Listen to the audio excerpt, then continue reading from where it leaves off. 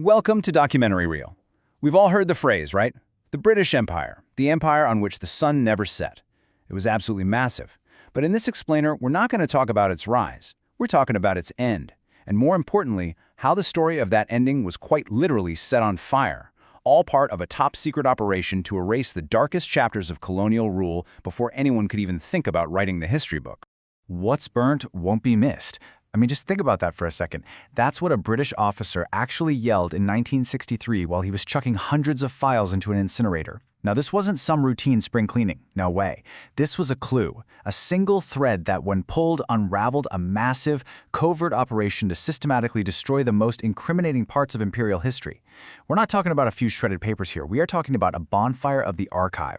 The official story we often get is one of a peaceful, orderly handover of power. But as the sun was finally setting on the empire, a very different kind of fire was being lit.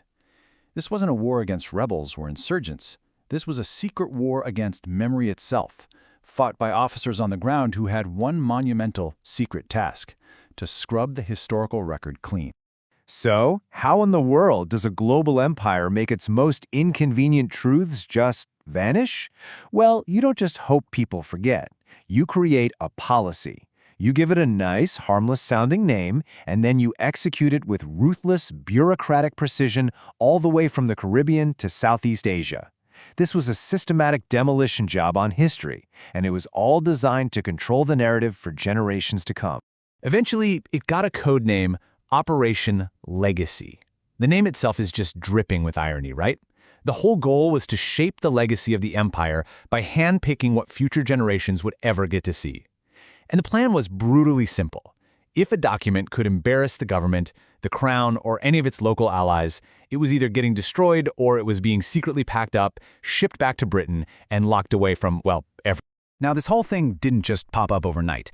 It was a strategy that evolved. It started pretty quietly in Ceylon, back in 1948, almost like a cautious little what-if memo. But by 1957, in the Gold Coast, it had become a formal set of rules.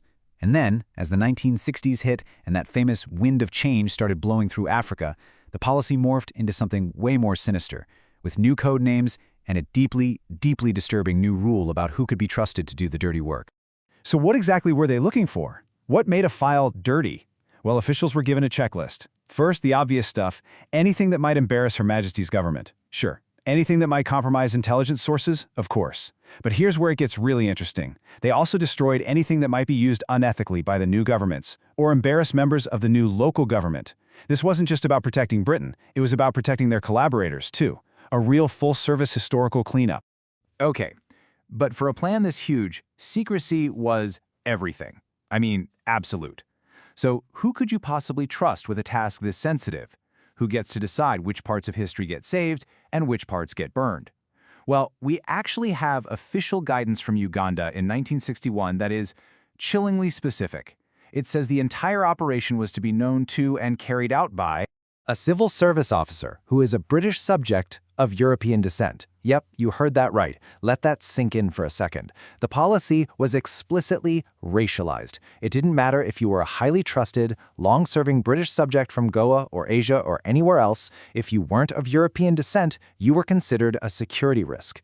It wasn't about loyalty, it was about race. And that just shows you the deep-seated paranoia at the very heart of this operation. All right, so we've talked about the how. Now let's get into the what. What kind of truths were so explosive, so dangerous, that they had to be erased with this level of prejudice? To really get it, we have to look at one of the most traumatic events of the 20th century, the partition of India. This brutal, chaotic, and frankly deeply embarrassing chapter is a perfect example of the kind of history Operation Legacy was designed to sanitize. If you look at the official British documents, the absolute horror of partition was often described with this very sterile, detached phrase, communal disturbances. Sounds so clinical, doesn't it? And that language was deliberate. It framed the violence as some kind of inevitable result of ancient hatreds, basically saying, hey, this isn't our fault. But the reality on the ground, it was a nightmare, just brutal, often organized violence, and one of the largest forced migrations in all of human history. 15 million people. Just let that number wash over you for a moment. 15 million people torn from their homes in a matter of months. I mean, the British government had been ruling for nearly 200 years, and then, in a massive rush, they drew some lines on a map, packed their bags, and basically washed their hands of the chaos that followed, framing it as someone else's problem. And you can bet that any records showing their mismanagement or their role in that chaos, those were prime candidates for the bonfire. And see, that whole official story of just communal hatred, it completely falls apart when you listen to the actual people who lived through it. This quote here from a woman displaced during partition, she's talking about her Muslim neighbor, Mr. Ansari. There's no blind hatred there. There's empathy. There's a shared sense of loss. It's these incredibly human, complex stories that get completely flattened and erased by the official narrative. But here's the thing. Destroying records does so much more than just hide embarrassing facts. It inflicts this deep, lasting wound on a nation's identity. It leaves scars. Because when you burn the archives, you don't just erase the past, you kind of poison the future, creating this huge, empty void where shared, honest history is supposed to be. So what happens when a whole country is born from a history that's been deliberately broken?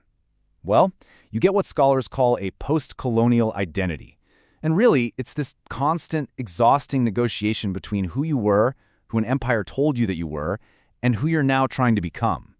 It's like trying to read a book where someone has ripped out all the most important pages. You're just left living in the gaps. Now here's the wild part. Some of the files actually survived. Through sheer luck or maybe a bit of defiance, thousands of documents from Operation Legacy were hidden away and eventually found. And their discovery has been an absolute bombshell for historians. For decades, they were trying to put together a puzzle with half the pieces missing. And now, thanks to some incredible researchers, we finally understand that the end of the British Empire wasn't some peaceful, noble retreat. It was an active, strategic demolition of historical truth. Which brings us to a really profound final question. We always hear that old saying, history is written by the victors. But what happens when the victors decide to just burn the pages instead? They leave behind more than just a gap in the records. They leave behind a ghost in the machine of national identity. A fracture that continues to shape global politics to this very day. It proves that what's burnt is never really missed. It's just felt. Thanks for joining us on Documentary Reel. Be sure to like and subscribe for more stories that need to be told.